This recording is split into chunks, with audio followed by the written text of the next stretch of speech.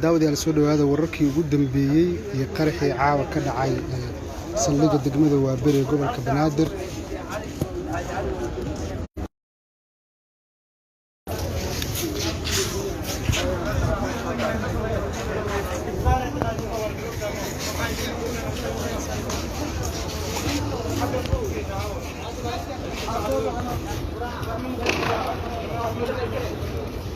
فاين ayaa soo baxaysa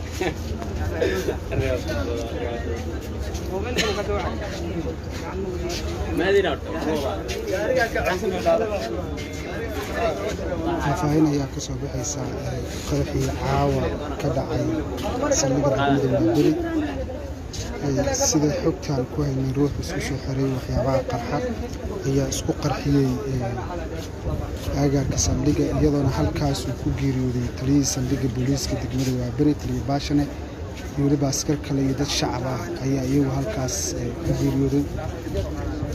laamaha amniga ayaa iyagu baaritaano kala duwan ku haya qaraxaasi iyadoona